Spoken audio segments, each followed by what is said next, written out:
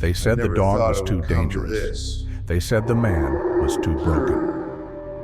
A Navy SEAL with a crippled leg and failing eyesight walked into a canine training facility, not looking for a perfect partner, but looking for a reason to believe he still mattered. Behind steel bars stood a German Shepherd no one dared to train anymore. A dog shaped by fire, smoke, and loss. Good dog. When the alarm screamed and flames swallowed the old wing, everyone ran. Everyone except one man. He went back into the fire. He broke the door with what strength he had left. And inside the smoke, something unexpected happened. Please. The dog did not flee. The dog did not attack. He stayed. He pressed close, and he led the broken man out. Keep going, boy. This is not a story about hero dogs or fearless soldiers. It is a story about how God uses broken souls to save each other. Almost there. Stay with us. A gray marine layer drifted over San Diego that morning, softening the harbor skyline beneath cool, salt-heavy air. Near the edge of the port, the city felt quieter than usual, as if the fog had pressed a pause button on the world. The car stopped directly in front of the gate to the K9 training facility. Jack Morrison remained seated for a moment after the engine shut off. Through his damaged vision, the steel bars of the gate appeared slightly blurred, their straight lines softened by mist and uncertainty. He did not rush to open the door. He had learned painfully that rushing only reminded his body of what it could no longer do. When he finally stepped out, his left leg protested immediately. Jack was 38 years old, tall and broad-shouldered, built like a man who had once been expected to carry weight without complaint. His dark brown hair was cut short in the disciplined style of the military, a habit he had never bothered to change. A light, untrimmed beard shadowed his face, not out of neglect, but indifference. Some details stopped feeling important after a while. His left leg bore a brace beneath his pants, rigid and unforgiving. Each step required calculation, pressure, balance, timing. Pain flared from hip to knee, sharp but familiar. The explosion that ended his active duty had spared his life, but not his body. The doctors had been careful with their words, but the meaning had been clear. The damage was permanent. So was the change to his eyesight. Jack could still see, technically, shapes, movement, contrast. But light bled into glare, distance lied to him, and faces blurred unless they were close. Depth had become a suggestion rather than a certainty. For a man trained to read terrain, threats, and human behavior in seconds, it was a quiet kind of loss that never stopped demanding attention. He closed the car door and stood facing the facility, one hand resting briefly on the gate for balance. The buildings inside were low and industrial, concrete stained by years of salt air. Chain-link fencing divided corridors and enclosures, designed not for comfort, but for control. This was not a place meant to inspire hope. It was a place meant to manage strength. Jack had not come here looking for a perfect dog. That was the phrase written neatly in his medical referral, tucked between clinical language and polite optimism. Animal-assisted rehabilitation, emotional grounding, renewed sense of purpose. He had listened to the explanation, nodded at the right moments, signed where asked. It had all sounded reasonable, but the truth was simpler and heavier. He was here because he no longer knew what his worth was. The Navy had taught him exactly who he was and why he mattered. A SEAL had a role, a function, a reason to push through pain and fear. Then one blast had taken that structure away. Since then, Jack had learned how to wake up, how to walk again, how to tolerate silence. What he hadn't learned was how to believe that a man who walked uneven and saw the world through haze still had something meaningful to give. The gate slid open with a low mechanical sound. Inside, the air changed immediately.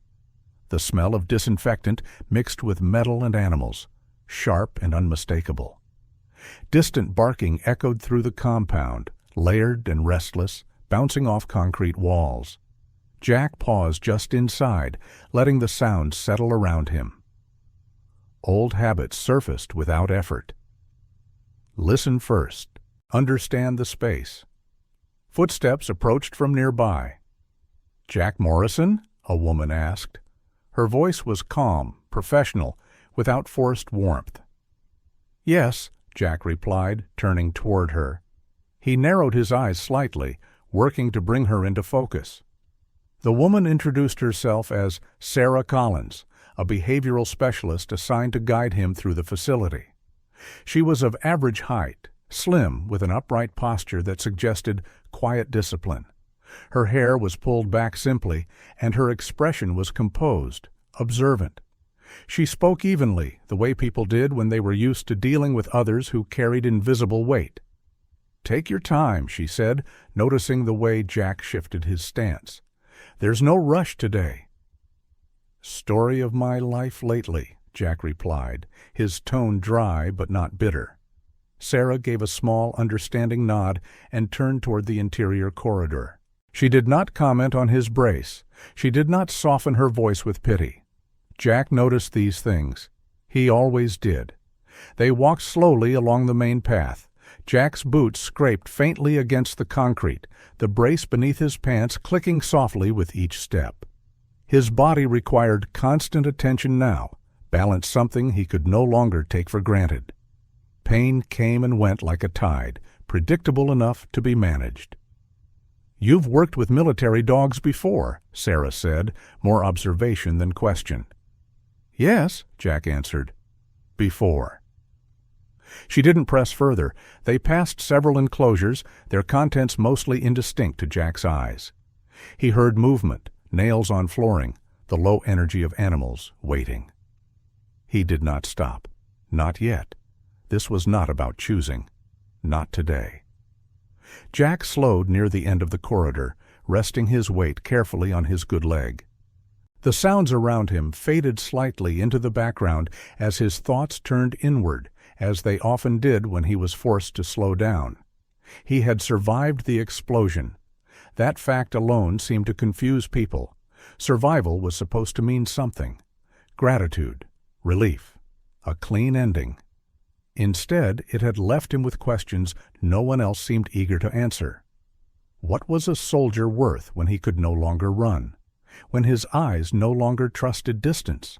When the role that had defined him no longer existed?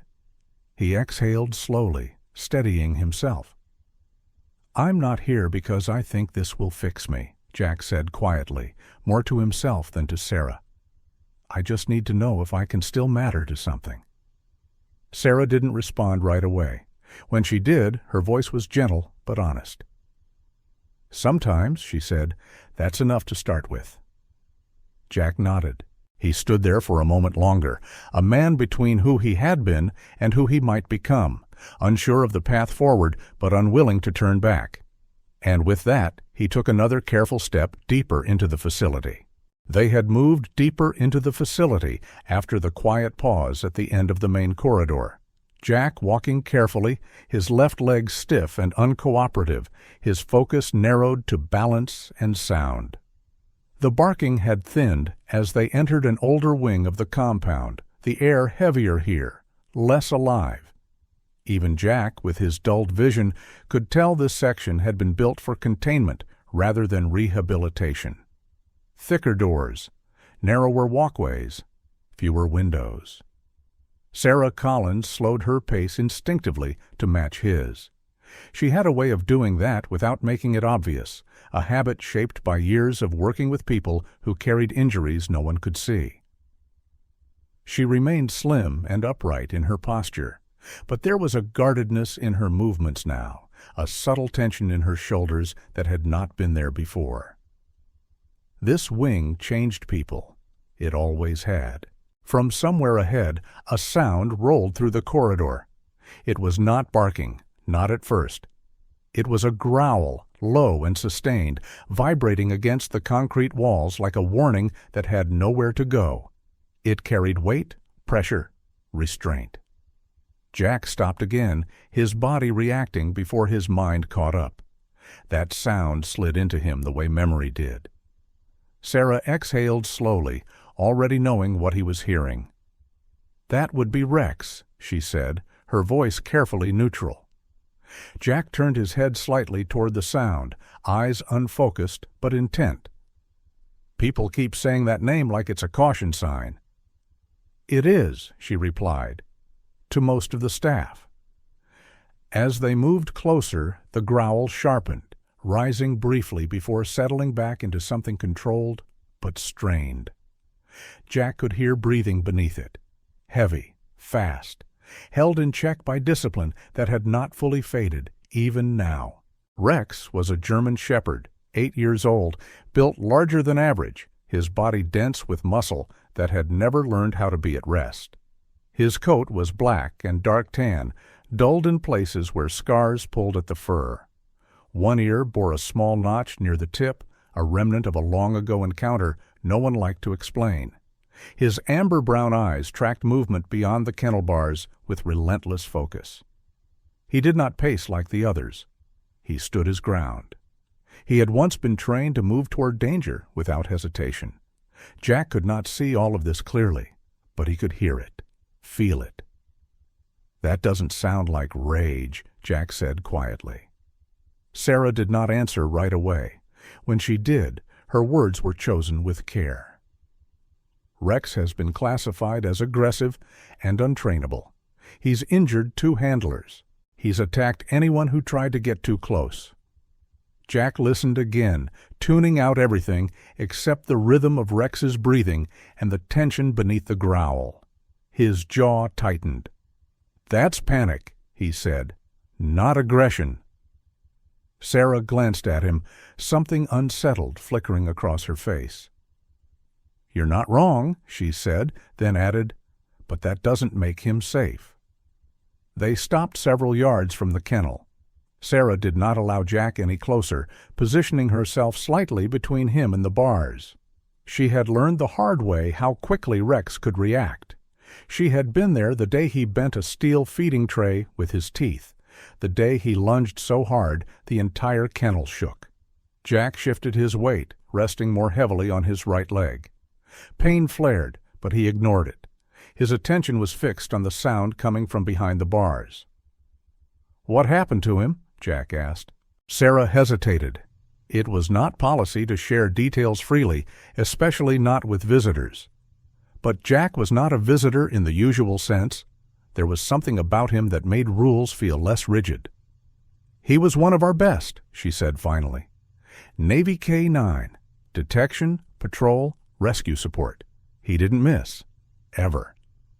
Her voice softened despite herself. Sarah had been younger then, less guarded, still believing experience alone could fix most things. Rex had challenged that belief. "He lost his handler during a deployment tied to port operations," she continued. "After that, he changed. He became territorial, hyper-vigilant. He stopped responding to commands the way he used to. We brought him here because no one wanted to give up on him."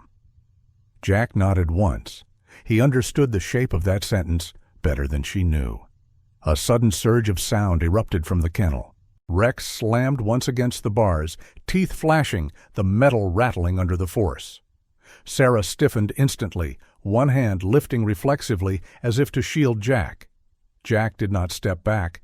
The growl that followed was louder now, harsher, but beneath it, Jack heard something that made his chest tighten. A sharp inhale, a brief, uneven pause. Not the sound of a predator committing to attack, but of something bracing itself. "Stay where you are," Sarah said quietly. Jack raised one hand slightly, palm open, not toward Rex, but toward Sarah. "I'm not moving." Rex's breathing filled the space between them. The growl rose again, then faltered. The dog's body remained rigid, every muscle coiled, but the sound shifted. Less fury, more confusion. Jack swallowed hard. He knew that sound. It was the sound he had made himself once, trapped beneath twisted metal and smoke, lungs burning, heart pounding, waiting for someone to decide whether he was worth pulling out. The sound of something trained to endure, suddenly realizing endurance might not be enough. "He's not trying to scare us," Jack said. "He's trying to keep control." Sarah watched Rex closely, her professional instincts clashing with something far more human. She had spent years learning how to read behavior, how to label it, how to manage risk. What she was seeing now did not fit neatly into any category she trusted. "You shouldn't be this close," she said, though her voice lacked conviction. Jack tilted his head slightly, listening as Rex's growl dropped another register, vibrating more in his chest than his throat. The dog was aware of Jack now, fully. Not as a threat, not yet, but as something unfamiliar that refused to retreat. "Has he ever stopped like this?" Jack asked. Sarah hesitated. "No?" Another figure appeared at the far end of the corridor, drawn by the noise. Mark Ellison, one of the senior handlers, approached with cautious steps. He was in his mid-40s, broad and thick-set, his build practical rather than imposing. His hair was cut short, graying at the edges, and deep lines etched his face from years of tension and responsibility. Mark had been one of the first Rex had lunged at months earlier. He kept his distance now. "What's going on?" Mark asked quietly. Sarah did not take her eyes off Rex. "He stopped growling for a second." Mark frowned. "That's new." Rex shifted his weight, claws scraping softly against the concrete. His ears twitched. His breathing slowed by a fraction. He did not lunge again. Jack stood still, his body a map of old injuries and new awareness. He was acutely conscious of his leg, of the weakness in it, of how easily this situation could turn against him. But beneath that awareness was something else. Recognition, not comfort, not trust, but familiarity. "I'm not here to train him," Jack said quietly. "I just recognize what he's holding on to." Sarah finally looked at him fully, studying his face, the tightness around his eyes, the way he carried himself like someone used to, waiting for impact. "You recognize fear," she said. Jack nodded once. "The kind that doesn't go away just because the danger does." Rex let out another low sound, not a growl this time, but something rougher, unfinished. It cut off quickly, as if he'd caught himself making it. Mark's eyes widened slightly. "Did you hear that?" Sarah nodded. She had. So had Jack. The corridor felt smaller now, as if the walls had leaned in to listen. "We should move on," Mark said, his voice tense. "This isn't safe." Sarah hesitated. Everything in her training agreed with him, and yet something about the way Rex stood there, trembling but controlled, made her pause. "Not yet," she said finally. Jack exhaled slowly, easing some of the pressure in his chest. He did not step closer. He did not reach out. He simply stayed. Rex held his ground.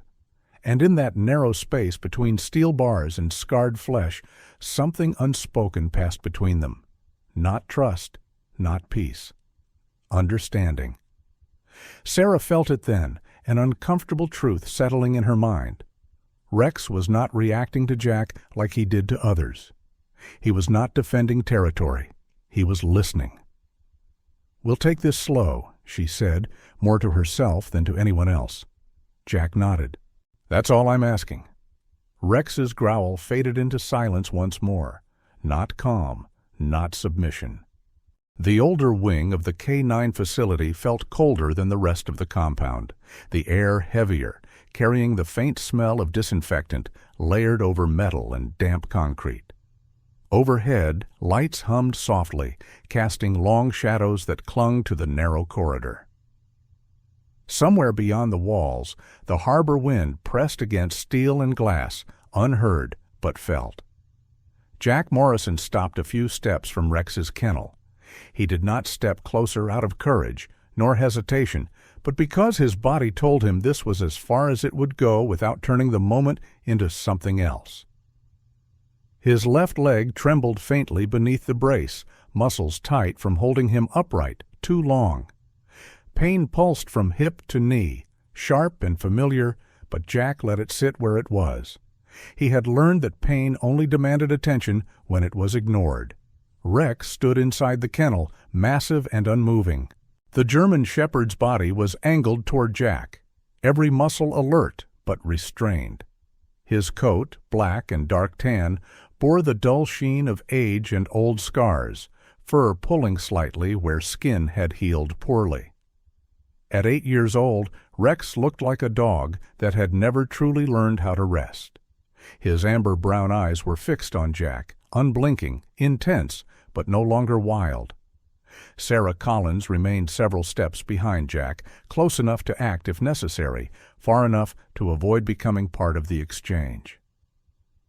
She stood straight, slim frame steady, hands relaxed at her sides, though her shoulders carried a subtle tension. Years earlier, an incident with a different dog had taught her that proximity could escalate fear faster than intention ever could. Since then, she had learned patience the hard way. Calm, she had discovered, was sometimes an act of protection. Rex's breathing filled the narrow space between bars and corridor. Heavy. Controlled. It was the sound of an animal holding itself together by discipline alone. Jack tilted his head slightly, not to see better, but to listen. His eyesight softened the outline of the kennel, blurred the hard edges of steel, but his hearing compensated. He picked up the rhythm of Rex's breath, the faint scrape of claws against concrete as the dog adjusted his stance. And beneath the layered smells of the facility, something else reached him. Salt. The unmistakable trace of seawater and iron, of ports and night air near the edge of land. It clung to Rex the way certain scents clung to memory, refusing to fade, no matter how much time passed. Jack recognized it instantly. The ocean had a way of marking those who worked near it, embedding itself into skin and fabric, into muscle memory. Rex lowered his head slightly. His nostrils flared as he drew in the air, scenting Jack fully for the first time. Not just the surface smells of clothing and sweat, but what lingered beneath. Old gun oil that never quite washed out. Burned powder trapped deep in fabric fibers. The faint metallic note of something that had exploded too close, too violently, and woven through it all. The ocean. Rex did not lunge. The growl that had defined him in this place did not return. Instead, the dog froze. His body remained tense, coiled and ready, but the sound dropped away entirely. Silence settled into the corridor, thick and unfamiliar. Sarah found herself holding her breath without realizing when she had stopped breathing normally. In all the months Rex had been housed here, she had never seen this. Not once. Jack stayed exactly where he was. He did not speak. He did not lift a hand. He did not lean forward or step back. He understood something instinctively in that stillness. Whatever was happening could not be guided or controlled. It could only be respected. Rex took one slow step forward, stopping just short of the bars. His nose hovered near the metal as he tested the air again, deeper this time. His ears twitched, responding to sounds Jack could not hear, memories Jack could not see. The kennel felt suddenly too small for what moved behind the dog's eyes. Jack felt his chest tighten, not with fear, with recognition. He remembered standing in smoke and twisted steel, breath coming too fast, heart slamming against his ribs while his body refused to move. He remembered the sound of his own breathing then, uneven and desperate, until he forced it slower, until control returned in fragments. Rex held himself the same way now, balanced on the edge of reaction, fighting instinct with discipline learned long ago. Rex's breathing shifted. It slowed. Not enough to be calm, but enough to be deliberate. Jack swallowed, throat tight. He focused on the shape of Rex's head, the slope of his shoulders, the tension running through him like a wire pulled too tight. Even with blurred vision, Jack could read posture. Some skills did not fade. "You're not trapped," Jack said quietly. The words carried no command, no expectation. Sarah's eyes widened slightly, but she did not interrupt. Something in Jack's voice was different. It held no pressure, no demand for response. Rex's ears flicked forward. He did not understand the words, but he understood the tone, the absence of threat, the way Jack spoke as if addressing something fragile rather than dangerous. Another presence paused at the far end of the corridor. Linda Harper, one of the veterinary technicians, had been drawn by the sudden quiet. She was small, early 30s, dark hair pulled back tight, her movements careful by habit. Linda was gentle by nature, a contrast to the environment she worked in, but she had learned to hide concern behind professionalism.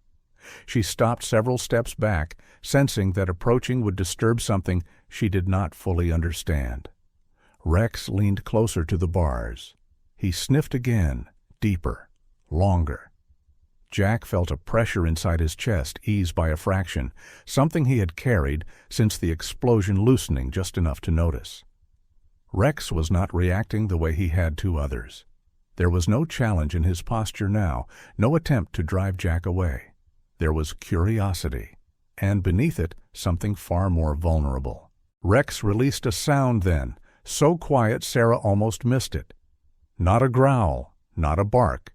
A rough exhale that caught halfway, as if the dog had tried to suppress it and failed.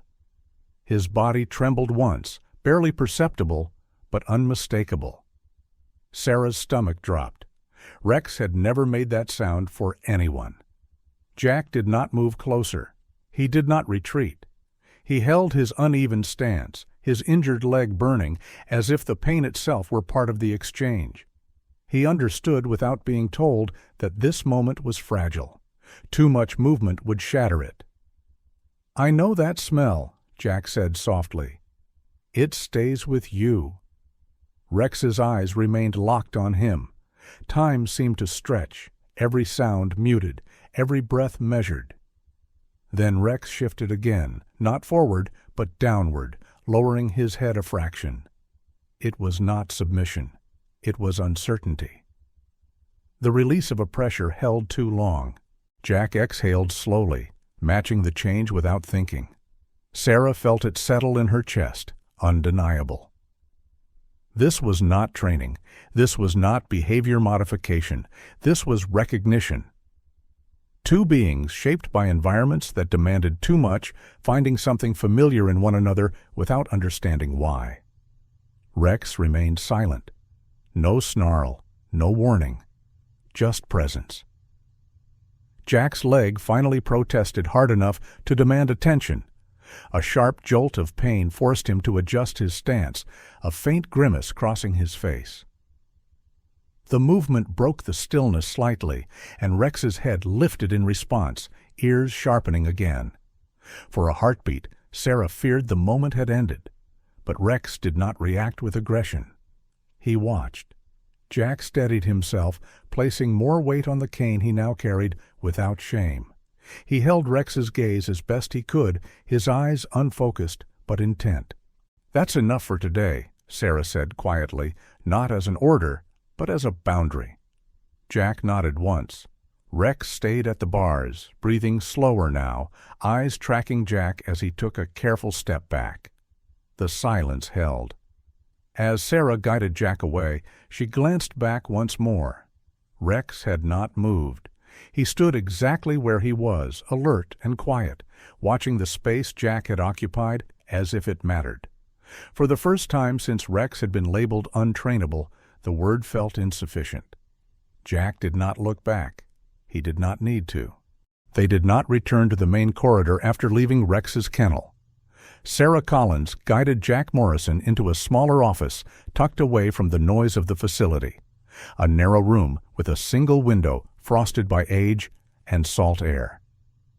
The hum of overhead lights replaced barking, and the sudden quiet felt almost intrusive, as if the building itself were unsure what to do without tension filling the space. Jack lowered himself carefully into the chair nearest the wall, his left leg stiffening as he bent it. He moved slowly, deliberately, refusing help without making a show of it. Sarah noticed, as she noticed most things, but said nothing. She sat across from him, folding her hands loosely in her lap, posture straight but not rigid. Up close, she looked thinner than she had in the corridor, her frame slight beneath the professional calm she carried. Her face held the kind of composure that came from long practice, but there were shadows under her eyes that no amount of rest ever seemed to erase. Years earlier, Sarah had been a different kind of doctor, sharper-edged, more certain that knowledge could outrun damage. Then a soldier she'd cleared for return had come back broken in ways she hadn't predicted. Since then, she listened more than she spoke. "You recognize something in him," she said quietly. Jack nodded once. "I didn't plan to." "No one ever does," Sarah replied. She reached into a thin folder on the desk beside her and hesitated before opening it. This was not information she shared easily. Policies existed for a reason. But policy did not account for the look she had seen on Rex's face moments earlier, or the way Jack had stood there, broken and unafraid. "Rex wasn't always like this," she began. Jack leaned back slightly, the chair creaking under his weight. He kept his eyes on the floor, letting her voice carry the images for him. "He was deployed as part of a Navy K-9 unit assigned to port security and rescue support," Sarah said. "Not just patrol work. He went where people couldn't. Confined spaces, smoke, fire." Her voice remained steady, but her hands tightened briefly before relaxing again. "There was an incident at a foreign port during a night operation," she continued. "A warehouse fire triggered by damaged electrical lines. The structure was unstable. Thick smoke. Poor visibility." Jack's jaw tightened almost imperceptibly. "Rex and his handler were sent in ahead of the main team to search for trapped dock workers," Sarah said. "They'd trained for it. Rex had been exposed to fire scenarios before. He performed exactly as expected." She paused, choosing her next words carefully. "The fire spread faster than anticipated. Part of the roof collapsed. His handler was injured when debris came down. Severe burns, crushed ribs. The extraction team managed to pull the handler out." Jack's hands curled slowly into fists. "And Rex?" he asked, already knowing the shape of the answer. "Rex didn't leave," Sarah said. "He tried to turn back toward the structure. He resisted commands. It took 2 men to physically restrain him while the handler was evacuated." Her gaze dropped for a moment. "The handler survived the initial extraction, but didn't make it through recovery." The silence that followed was heavy, layered with understanding. "They brought Rex back stateside after that," Sarah continued. "At first, they thought it was temporary shock. But the behavior didn't fade. He became hypervigilant, territorial, aggressive toward anyone approaching enclosed spaces, fire alarms, smoke simulations, even certain metallic sounds." Jack exhaled slowly through his nose. The image was too familiar. "He wasn't attacking," Jack said. "He was reliving it." Sarah nodded. "Exactly. But dogs don't get the luxury of diagnosis the way people do. They get labeled, managed, contained." Jack shifted in his seat, pain flaring as his leg protested the movement. He ignored it. "I know what it's like," he said quietly. Sarah looked at him then, really looked at him, and saw the lines of strain etched into his face, the way his shoulders sat slightly forward as if bracing for impact that never came. "You were injured in an explosion," she said, not as a question. "Yes." She waited, giving him space rather than pulling the story out of him. "It was during a port operation," Jack continued. "Night, smoke, metal everywhere. 1 second everything was loud. The next it was silent. I was trapped under debris. Couldn't see. Couldn't move my leg. All I could do was breathe and hope someone decided I was worth digging out." His voice remained steady, but his grip on the armrest tightened until his knuckles whitened. "They pulled me out," he said. "Others didn't make it." Sarah listened without interrupting, the way she had learned to do when words mattered more than response. "That's why he stopped," Jack said after a moment. "He smelled it. the smoke, the metal, the waiting. Sarah leaned back slightly, absorbing the parallel she had sensed but not fully understood until now. "He isn't dangerous because he wants to hurt anyone," she said. "He's dangerous because he's still inside that fire." Jack nodded. "So am I." The admission settled between them without drama. Sarah closed the folder and set it aside. "You understand him in a way most people here can't," she said. "That doesn't mean this will be easy or safe." "I'm not here for easy," Jack replied. She studied him for a long moment. There was resolve there, yes, but also fatigue, not the kind sleep fixed, the kind that came from carrying unfinished battles. "There's something else," Sarah said. "Rex hasn't been trained since the incident, not properly. Every attempt to reintroduce structure ended in escalation. That's why the staff avoids him. They're not afraid of him. They're afraid of failing him again." Jack absorbed that quietly. "I don't want to train him," he said. "Not yet." Sarah's brow furrowed slightly. "Then what do you want?" Jack considered the question carefully. "I want him to know he wasn't abandoned." Sarah felt something shift inside her at that. Not hope, caution, the kind that preceded change. "We'll move slowly," she said. "Very slowly." Jack nodded. They left the office a few minutes later, returning to the corridor outside Rex's kennel. The German shepherd was still there, standing exactly where Jack had last seen him, alert and silent. His eyes tracked Jack's approach, but there was no growl this time. No warning, just attention. Sarah stopped a few steps back. "This is as far as we go today," she said quietly. Jack agreed. He did not need more. He stood there, uneven and unremarkable in every way that mattered, and met the gaze of a dog shaped by fire and loss. Parallel scars, different bodies, the same memory.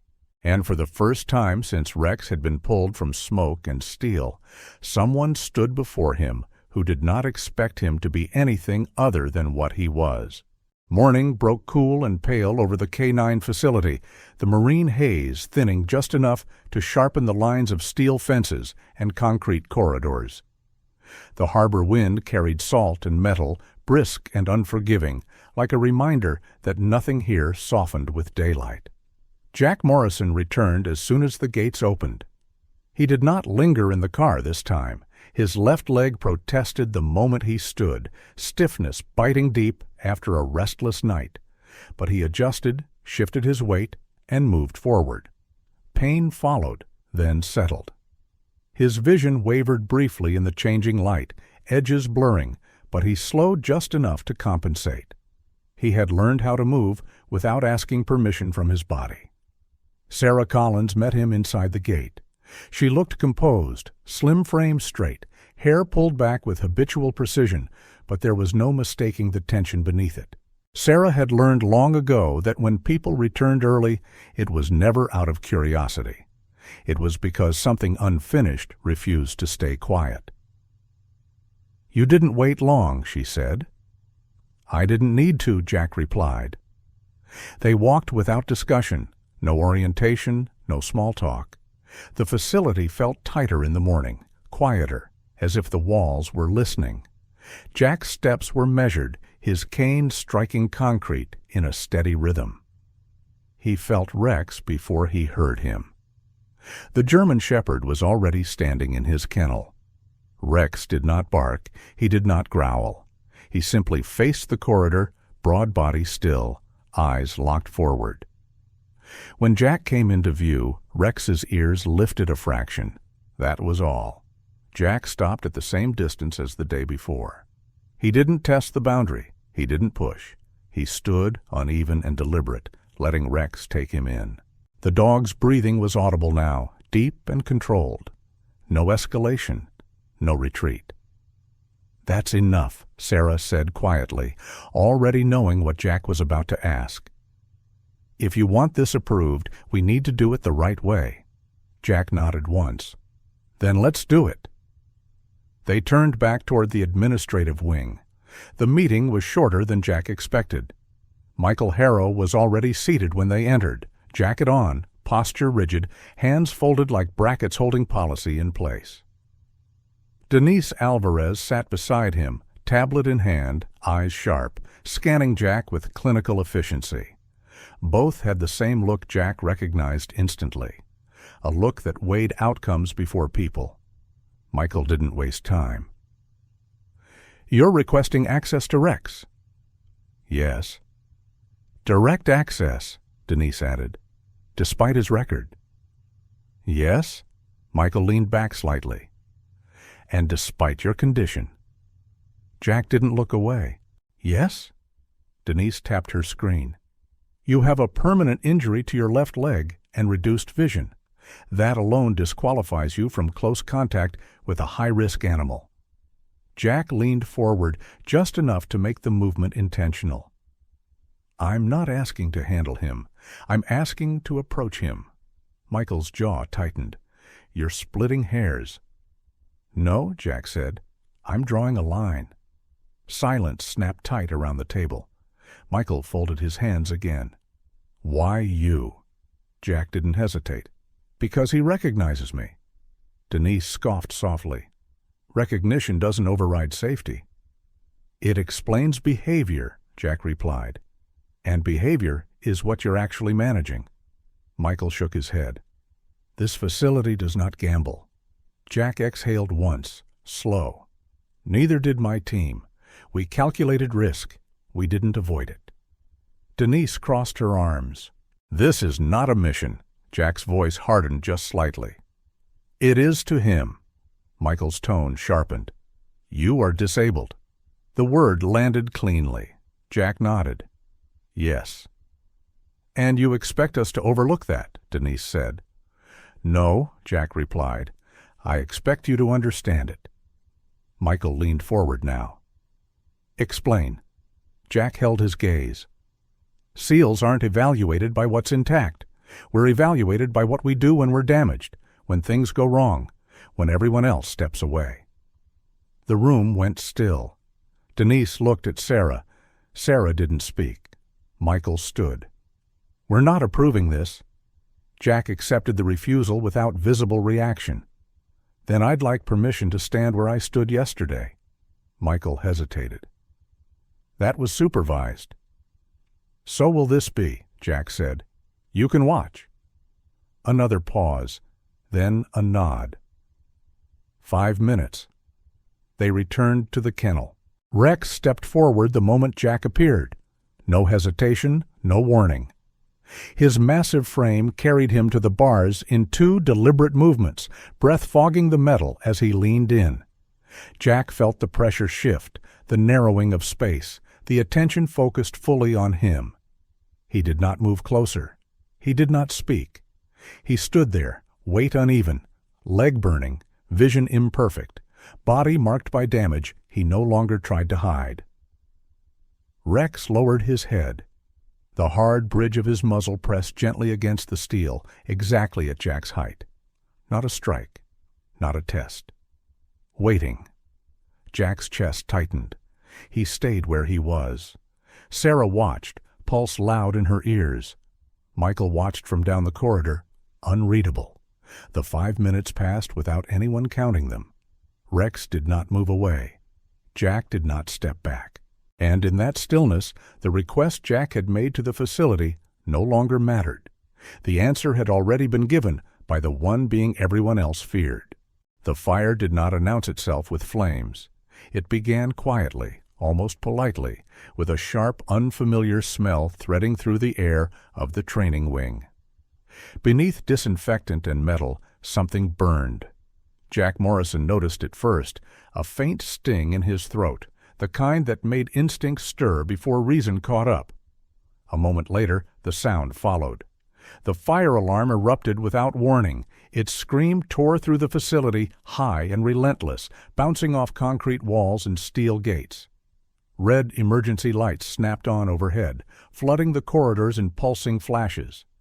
The sudden noise shattered the controlled rhythm of the building. Dogs began barking at once, sharp and frantic, their voices overlapping into a wall of sound that swallowed commands and thought. Smoke rolled in from the far end of the training wing. At first it crept low along the floor, thin and gray, but within seconds it thickened, darkening as it poured into the older section of the compound. Visibility collapsed quickly, shapes blurred, distance became unreliable. The air grew hot and bitter, burning the lungs with every breath. "Fire in the training wing," someone shouted. Staff reacted immediately. Handlers moved with practiced urgency, unlocking kennels, securing leashes, calling out names. Orders were shouted and repeated, cutting through the chaos in sharp bursts. Some dogs resisted, panicked by the noise and flashing lights, while others surged forward, pulling hard against restraints. The calm structure of the facility fractured into motion.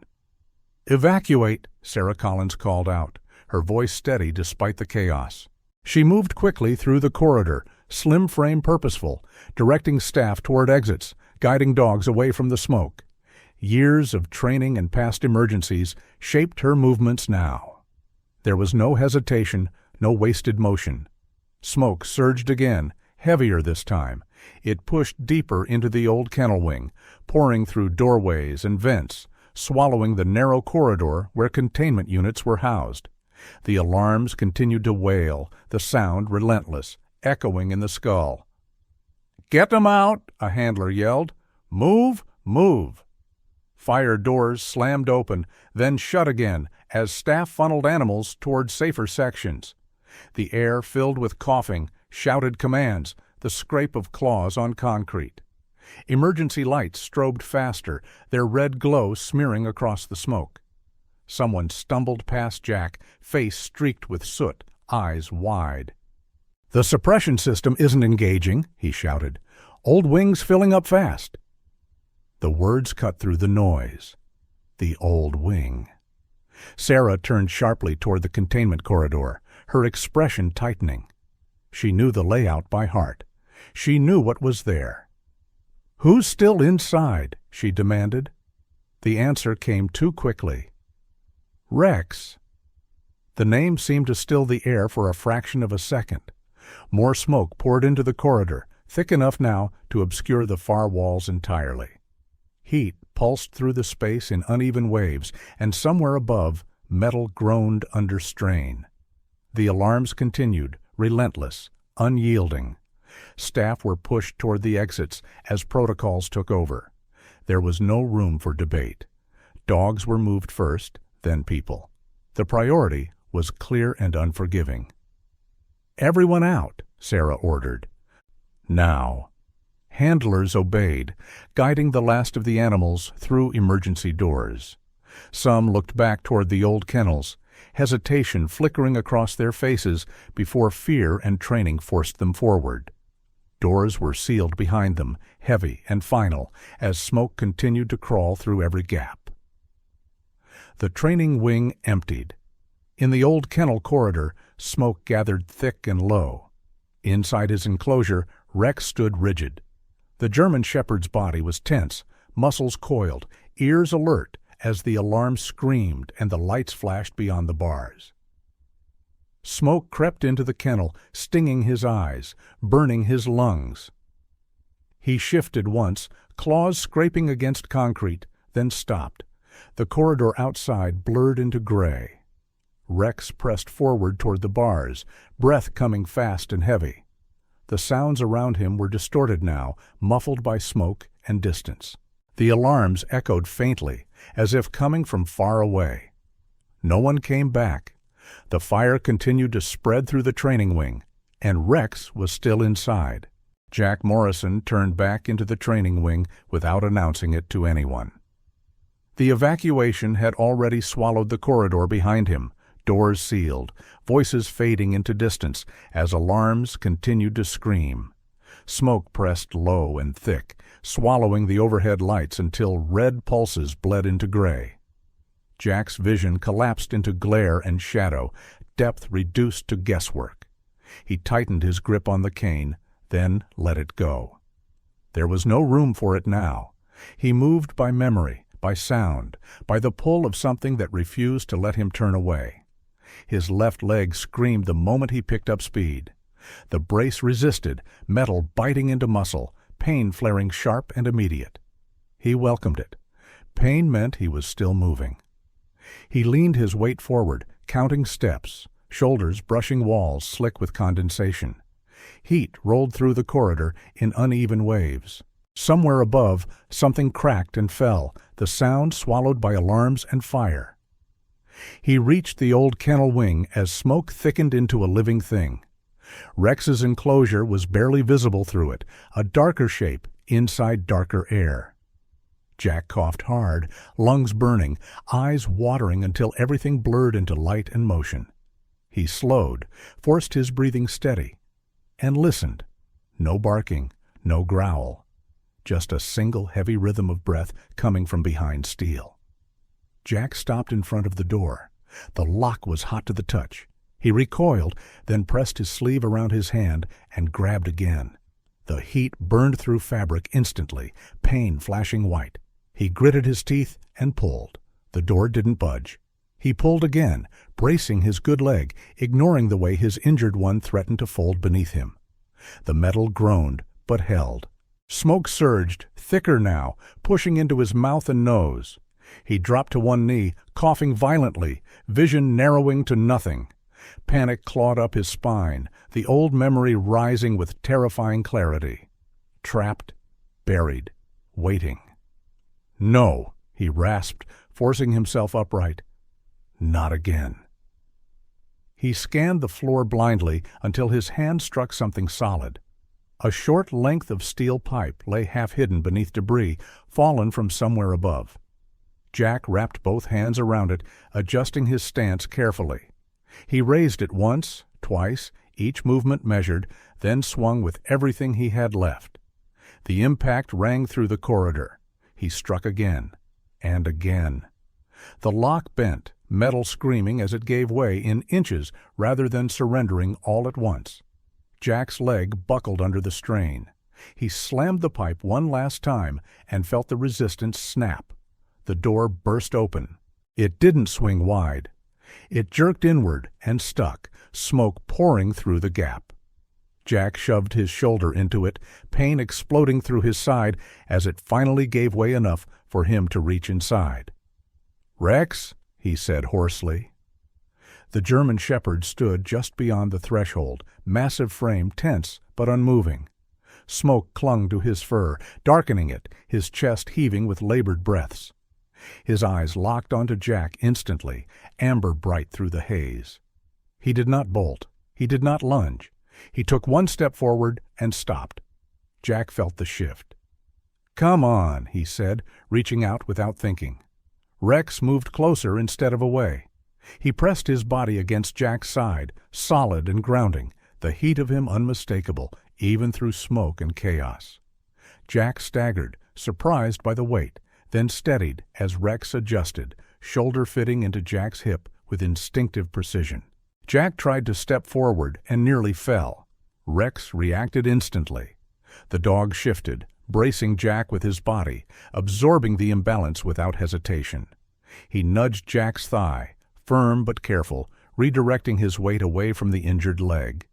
Jack inhaled sharply, understanding hitting him in fragments. "Okay," he said. "Okay." The smoke thickened again, flames crackling somewhere behind them. Jack could barely see his own hands now. The corridor he had come through no longer existed as a visual map. He turned his head, disoriented, panic threatening to rise. Rex moved first. He pressed forward, then angled slightly, guiding Jack with steady pressure against his side. When Jack faltered, Rex leaned harder, correcting his course without pulling or pushing too fast. His movements were deliberate, confident, shaped by years of working in darkness and danger. Jack let go, not of control, but of pride. He stopped trying to lead and focused on keeping his feet under him. Each step was an act of trust. His left leg screamed in protest, but Rex compensated, adjusting his pace, slowing when Jack slowed, stopping when Jack needed to breathe. They moved through the corridor as flames licked overhead, debris crashing down behind them. Rex paused at sudden noises, recalibrated, then continued, choosing paths Jack could not see. Smoke burned Jack's lungs until each breath felt like swallowing fire. He coughed, stumbled, felt himself slipping. Rex stopped. He turned his head, pressed his forehead briefly into Jack's chest, grounding him, then shifted again, resuming forward motion with renewed insistence. Jack clung to the rhythm of Rex's movement, the certainty in it. "Good," Jack gasped. "Good." They reached a bend where heat surged hard enough to force them sideways. Rex adjusted instantly, pivoting Jack away from danger, guiding him through a narrower passage where the air thinned just enough to breathe. Jack's vision flickered, black spots blooming at the edges. He tasted blood. Somewhere ahead, the alarms dulled, replaced by shouting. Hands reached through smoke, grabbing Rex's collar, Jack's arm. Voices overlapped, urgent and stunned. Jack felt himself pulled forward, then stumbled into cooler air as the smoke thinned and light returned in painful clarity. They burst through the exit together. Jack collapsed to his knees, coughing violently, lungs screaming as fresh air rushed in. Rex stayed pressed against him, body trembling, eyes scanning the space with protective intensity. He did not release contact even as hands tried to separate them. Sarah Collins appeared through the chaos, face streaked with soot, eyes wide and wet. She dropped beside Jack, gripping his shoulder, then froze when Rex growled softly, not threatening, but warning. Sarah held still, recognizing the boundary instantly. "It's okay," Jack rasped, reaching for Rex's neck. "She's okay." Rex relaxed just enough to allow it. Fire crews swarmed the building behind them, hoses unfurling, commands shouted. Someone shouted Jack's name again and again. He barely heard it. His focus narrowed to the weight of Rex against him, the steady warmth, the simple fact that they were both outside. Jack leaned forward and rested his forehead briefly against Rex's shoulder. "You got me out," he whispered. Rex exhaled hard, then leaned back into him, satisfied, finally letting his weight settle. A man with a helmet and soot-streaked face crouched nearby, eyes wide. He was young, mid-20s at most, hands shaking as adrenaline bled away. He looked at Rex, then at Jack, then back at the ruined doorway behind them. "He didn't run," the man said, disbelief clear in his voice. "He guided you." Jack nodded faintly. "That's what he does." Sirens wailed in the distance. The fire raged behind them, but the worst of it was contained now, beaten back by water and distance. Jack felt the shaking start in his hands, delayed shock catching up at last. Rex sensed it immediately and pressed closer, anchoring him. Human hands had broken the door. A dog had shown the way out. And for the first time since the explosion that had taken so much from him, Jack understood something with absolute clarity. He was not the only one who knew how to go back into fire. Morning came clean and quiet, as if the fire had burned itself out of the world entirely. Sirens faded into distance, smoke thinned into memory, and the training wing stood scarred but standing. Jack Morrison sat on the curb outside the facility, wrapped in a blanket that smelled faintly of antiseptic, his left leg throbbing in a deep, exhausted way. He was breathing. Rex was breathing. That was enough. Rex stayed pressed against Jack's side. The German shepherd's coat was darkened with soot, eyes rimmed red from smoke, chest rising and falling in steady, stubborn rhythm. He did not pace. He did not scan for exits. He leaned into Jack as if anchoring himself to something solid, something that had not left. When Jack shifted, Rex adjusted. When Jack coughed, Rex stilled. The world had narrowed to the space they shared. Sarah Collins approached them carefully. She looked smaller in daylight, soot streaking her sleeves, hair pulled back with less precision than usual. Her composure, though, remained intact, forged by nights when she had learned that relief arrived only after danger passed. She crouched a few steps away, meeting Rex's eyes without challenging them. "You both made it," she said. Jack nodded once. "We did." Rex did not growl when Sarah moved closer. He watched her, alert but calm, then turned his attention back to Jack. The shift did not go unnoticed. Fire crews worked behind them, hoses coiled, voices lower now, efficient. A few staff members stood nearby, stunned, whispering. Someone brought water. Someone offered a stretcher. Jack waved it away. He stayed where he was. Rex stayed with him. The evaluation did not take long. It never did when the evidence stood breathing in front of everyone. Michael Harrow arrived late, jacket discarded, face drawn tight with fatigue. He stopped short when he saw them together, the distance Rex refused to allow between himself and Jack. Michael said nothing at first. He watched. He learned. Denise Alvarez stood beside him, tablet forgotten at her side. Her eyes moved from the scorched doorway to Rex's steady posture to Jack's soot-streaked hands resting in the dog's fur. Data failed here. She knew it. Everyone did. Rex had not bolted when the door broke. He had not fled the fire. He had stayed, assessed, and led. Sarah spoke quietly, but her words carried. He didn't panic. He didn't escalate. He adapted. Michael nodded once, slowly. Reevaluate his status. The words landed like a door opening. Rex was walked through assessment over the next days with a patience no one had offered him before. No pressure, no crowding. Just controlled exposure and careful observation. He responded not with obedience, but with judgment. He chose calm. He chose proximity. He chose Jack. Jack healed too. Not quickly, not completely. His leg remained damaged. His vision remained imperfect. But something fundamental had shifted. He woke without the same weight on his chest. He moved with purpose again, not speed. He learned Rex's breathing patterns. Rex learned Jack's gait. They adjusted to each other without instruction, two bodies negotiating the world as it was, rather than wishing it different. The paperwork was simple. Jack signed his name with a steady hand. Rex pressed his head into Jack's knee while it happened, as if to confirm the decision. No ceremony, no speeches, just a quiet transfer of responsibility that felt less like ownership and more like recognition. They did not return to the battlefield. There were no deployments waiting, no alarms calling them into smoke and steel. Jack moved into a small place near the water, a ground-floor apartment with wide windows and steady light. Rex learned the rhythm of mornings there, the sound of gulls, the way Jack paused before steps and trusted him to mark the edge.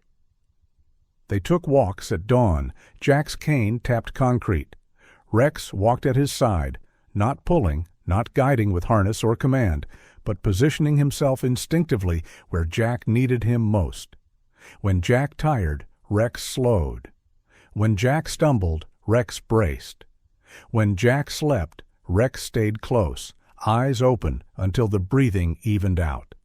They found work in the quiet places. Rex alerted Jack to people approaching too fast, to bikes cutting too close, to changes Jack's eyes missed. Jack returned the favor by reading Rex's tension, redirecting before fear could take root.